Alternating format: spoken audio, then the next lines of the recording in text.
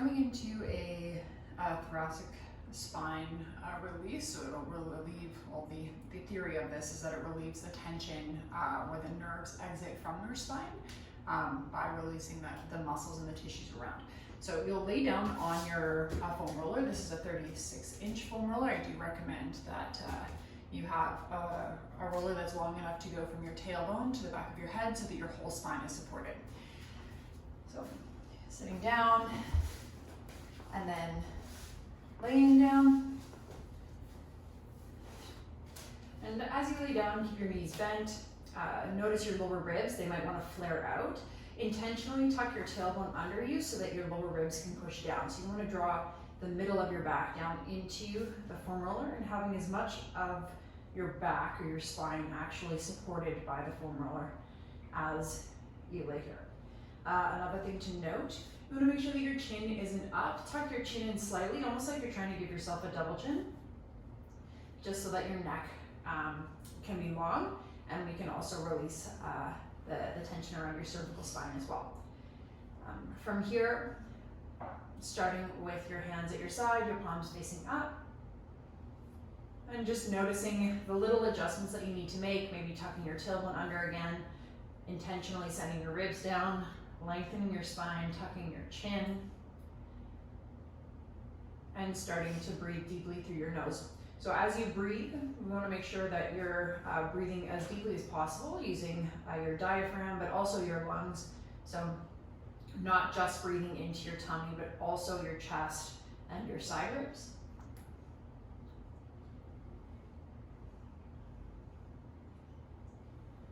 And when you feel your chest start to open up and relax a little bit, you can start to make almost like a snow angel motion. So sweeping your arms along the floor if possible, all the way up and all the way down. You might notice that at a certain point your lower ribs lift up. Again, intentionally keep your abs active so that your lower ribs do stay down. And going through about 10 reps, 10 sweeps, nice and slow.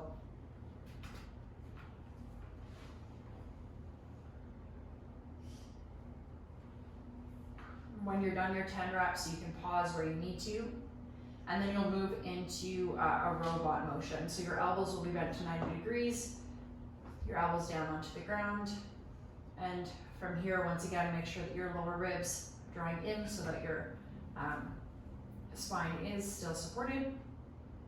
And slowly start to bring your elbows up until they're about in line with your shoulders, and then slowly bring them back down. So what we want to avoid here is actually opening up your elbows. So you want to, again, just keep them at 90. And when they arrive upwards towards the sky, they are in line with your shoulders, not wider.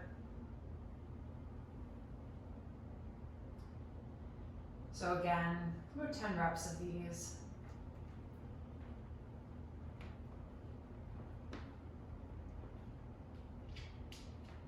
And when you're done your 10 reps, crossing your arms over your chest, almost like a mummy.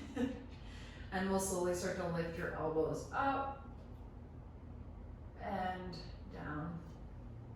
So keeping your arms crossed.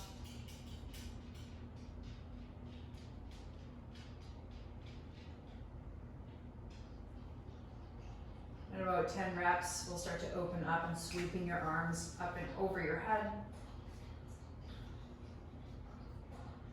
And then back down, so combining the snow angel and mummy crossing of the arms over your chest.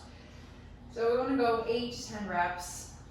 You can do more if you want to, and allowing yourself just to pause where it feels good.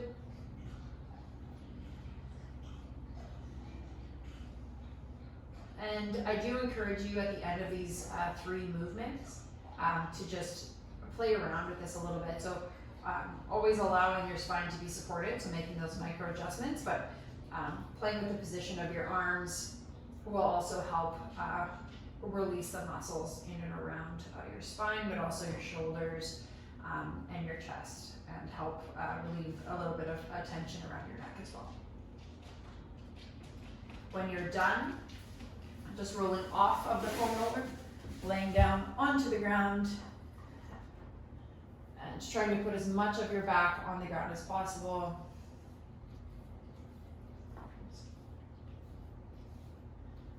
Sometimes I like to bring my knees in towards my chest, just interlacing your hands on your shin. You can rock side to side.